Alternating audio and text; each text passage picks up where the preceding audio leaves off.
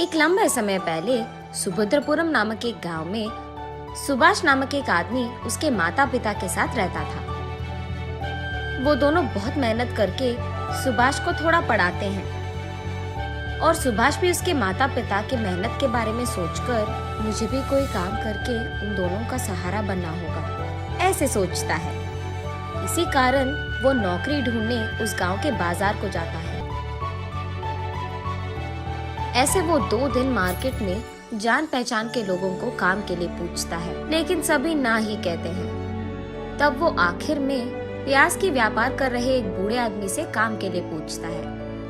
क्यों दादा, मुझे तुम्हारे दुकान में कोई काम मिलेगा क्या? मेरा छोटा सा व्यापार है बेटा, तुम्हें देने के लिए मेरे पास कोई काम नहीं है। हाँ, 2 दिन से घूम रहा हूँ दादा, कोई काम नहीं मिल रहा है, इसीलिए तुमसे पूछा मैंने। ऐसे दुख में कहता है, यहाँ काम करने से बेहतर तुम कोई व्यापार कर लो बेटा। मेरे पास व्यापार करने के पैसे कहाँ से आएंगे दादा? उतने पैसे ही होते तो मैं नौकरी के लिए सबको ऐसे पूछ क्यों लेता?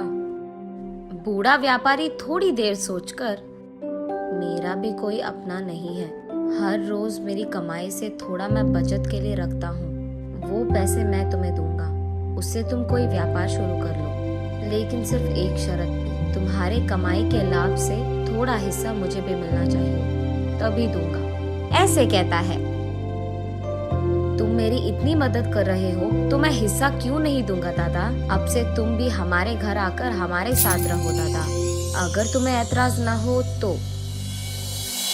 ठीक है बेटा, मैं तुझे पैसे दे दूंगा, उन पैसों से तुम्हें कौन सा व्यापार करना है इसका फैसला करो।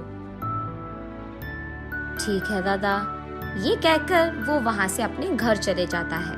उस रात बहुत सोचने के बाद वो फैसला करता है कि उसे पानी पूरी का व्यापार करना है। अगली सुबह सुभाष बाजार जाकर उस बूढ़े व्यापारी से ऐसे कहता है, दादा, मैंने पानी पूरी का व्यापार करने का फैसला लिया है। ठीक है बेटा, तुम्हारी मर्जी, ये लो तुम्हारे निवेश के पैसे, इससे अच्छा व्यापार करो, कहता है वो बूढ़ा व्यापारी। ऐसे अगले ही दिन पानी पूरी का दुकान लगाता है सुभाष, और क्योंकि उस बाजार पूरे में कहीं भी पानी पूरी का दुकान नहीं था, छोटा हो या बड़ा, सभी सुभाष के ही दुकान आते थे। वहाँ उसी मार्केट में सुब्बैया नामक एक उधार देने वाला व्यापारी था। उसको इस बात का नाज था कि उससे पैसे लिए बिना उस पूरी बाजार में किसी ने भी कोई व्यापार शुरू नहीं किया। वो हमेशा यही सोचता था कि इस सारे बाजार में सबको मेरे ही पास आना होगा। हाँ, इसीलिए वो हर रोज उस बाजार में मौजूद हर दुकान में जाकर उसका हफ्ता लेकर उस दुकान में जो पसंद आए वो मुफ्त में ले लेता था। उसने एक भी बार किसी भी चीज के पैसे नहीं दिए थे। दूसरी तरफ उससे पैसे लिए बिना खुद का व्यापार शुरू करके सुभाष का व्यापार अच्छे से चलना देख सुब्बैया को बिल्कुल पसंद नहीं आता है। और इतना ही नहीं, सुब्बैया को पानी पूरी खाने का बहुत मन था, लेकिन सबसे जैसे वो मुफ्त में लेता है वैसे वो सुभाष से नहीं ले पाता, इसीलिए उसे जाने में दिक्कत होती थी। इसीलिए वो सोचते रहता है कि कैसे करे। तब उसे एक उपाय सोचता है। वो सोचता है कि अगर इस सुभाष के दुकान में कोई भी चीज खो गया तो उसे खरीदने के लिए पैसे लेने तो वो मेरे ही पास आएगा, तब मैं उसे पैसे देकर वापस में जितना मन चाहे उतना पानी पूरी खा पाऊंगा। ये फैसला करके वो रात में सबके दुकान बंद करने तक वहीं रहकर सुभाष के दुकान से रसोई की सारी चीजें चुरा लेता है। अगले दिन जब सुभाष अपने दुकान खोलता है तो वो देखता है कि रसोई में सामग्री पूरा गायब है। अरे रे, खाना बनाने की सामग्री कहाँ है? अयो, अब क्या करे? वो ऐसे परेशान रहता है जब वहाँ बूढ़ा व्यापारी आता है। बात जानकर, हाँ, अब चिंता करके कोई फायदा नहीं बेटा, पहले ये सोचो कि सामग्री कहाँ से लाया जाए। ऐसे कहते हैं, व्यापार शुरू करके कुछ ही दिन हुए हैं दादा, इसीलिए मैंने कोई पैसे नहीं बचाए, अब क्या करूँ मैं? ठीक तभी सुब्बैया वहाँ पहुँचकर कहता है, हाँ, इतनी सी बात, अब जो गया वो गया, उसके लिए अब चिंता की क्या जरूरत है। वो सामग्री खरीदने के पैसे मैं दे दूंगा, बस जल्दी अपना काम शुरू कर लो, ऐसे कहता है। सुब्बैया के बारे में जाने बिना सुभाष उस बूढ़े व्यापारी के कहने से पहले ही, बहुत धन्यवाद साहब, सही समय पर मेरी सहायता कर रहे हैं आप, ऐसे कहता है। फिर सुब्बैया सुभाष को पैसे देके वहाँ से चले जाता है। ये क्या है बेटा, आगे पीछे सोचे बिना तुमने बस सुबह से पैसे ले लिया। क्या हुआ दादा, मैंने क्या गलती कर दिया? हमारा व्यापार तो ठीक चल रहा है ना, तो बस उसका उधार जल्दी चुका दूंगा, ऐसे कहता है सुभाष। तुम्हें सुब्बैया के बारे में कुछ नहीं पता। उसके पास एक बार उधार जो ले लिया, हमेशा हमेशा के लिए पैसे लौटाते ही रहना पड़ेगा। इतना ही नहीं, उसको अगर हमारे दुकान में कोई भी चीज पसंद आ गया, चाहे वो कोई भी चीज हो, वो मुफ्त में ले लेता है। इस सारे बाजार में मैंने सोचा सिर्फ तुम हो जो उसके मुंह नहीं लगे, लेकिन आज तुम भी उसके जाल में फंस गए। अरे रे, हाँ क्या? पर मुझे पता नहीं चला कि मैं क्या करूं दादा। पैसे दे रहा था तो मैंने सोचा कि सहायता कर रहा था। हाँ चलो कोई नहीं, जो होगा सो होगा, देखा जाएगा। जल्दी काम शुरू करो बेटा।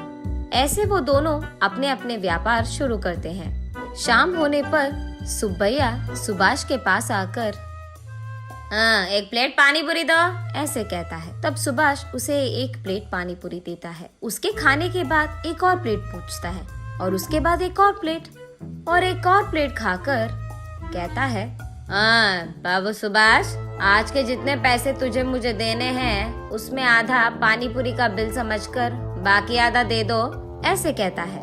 ये सुनकर सुभाष चौंक जाता है। अब कुछ नहीं कह पाता है, इसीलिए वो बाकी के पैसे सुब्बैया को उधार के पैसे समझकर दे देता है। ऐसे ही हर रोज 4 प्लेट पानी पूरी खाकर उसके रोज के मेहनत के पैसे लेकर जाता था। इस कारण सुभाष को समझ में नहीं आता है कि वो कितना कमा रहा है और कितना गवा रहा है। अगर ऐसे ही चलता गया तो मैं उधार के पैसे कभी नहीं चुका पाऊंगा और आगे नहीं बढ़ पाऊंगा। नदी के किनारे एक पेड़ के नीचे बैठ जाता है। वहीं से गुजर रहे एक साधु उसे देख उसके पास आकर कहते हैं, क्या हुआ बेटा, इतने चिंतित बैठे हो, सब ठीक है? तब जो कुछ भी हुआ सुभाष उन्हें समझाता है। इतना ही, ये कहकर उनके बैग से एक प्लेट निकालकर उसे सुभाष को देकर ऐसे कहते हैं, ये एक माया प्लेट है, इसमें जो भी डालो एक के बाद एक आते ही रहेगा, लेकिन ये एक ही बार काम करेगा। तुम अपने तेज दिमाग से इसका सही उपयोग करो और अपने आप अपने मुसीबत का हल ढूंढो, ऐसे कहते हैं। बहुत बहुत धन्यवाद स्वामी, ये कहकर वो दोनों वहाँ से अपने अपने रास्ते पकड़ते हैं। अगले दिन सुभाष हमेशा की तरह अपना दुकान चलाते रहता है। सुब्बैया वहाँ आकर हमेशा की तरह, सुभाष, एक प्लेट पानी पूरी दे दो बेटा, ऐसे कहता है। जी साहब, अभी दे दूंगा, लेकिन आज मैं एक शर्त लगाऊंगा, अगर आप मंजूर है तो ही दूंगा। अच्छा बताओ कौन सा शर्त है? प्लेट में मैं जितने पानी पूरी देता हूँ उतना आपको छोड़े बिना पूरा खाना होगा। अगर आप खा पाए तो मैं हर रोज आपको दुगने हफ्ते के पैसे और दुगना पानी पूरी दूंगा, और अगर आप नहीं खत्म कर पाए तो मेरे से ही नहीं, इस बाजार में किसी से भी आप मुफ्त की कोई चीज नहीं लोगे। मंजूर है? सुब्बैया थोड़ा सोचकर, हैं, इतनी सी बात, एक प्लेट में कितने ही पानी पूरी रहेंगे? ज्यादा से ज्यादा 10 ही रहेंगे, खा के प्लेट फेंक भी दूंगा। हैं, ठीक है सुभाष, मुझे ये शर्त मंजूर है, दो वो पानी पूरी का प्लेट। ये लो साहब, ये खाओ, ये कह के वो प्लेट देता है। सुब्बैया जितना भी खाए उस प्लेट में पानी पूरी खत्म ही नहीं हो रहा है। सारे पानी पूरी वही के वही रह जाते हैं। ऐसे 1 घंटा बहुत मेहनत करके खाने के बाद भी पानी पूरी के प्लेट में सारे पानी पूरी वैसे के वैसे ही रहते हैं। मैं थक गया, मैं हार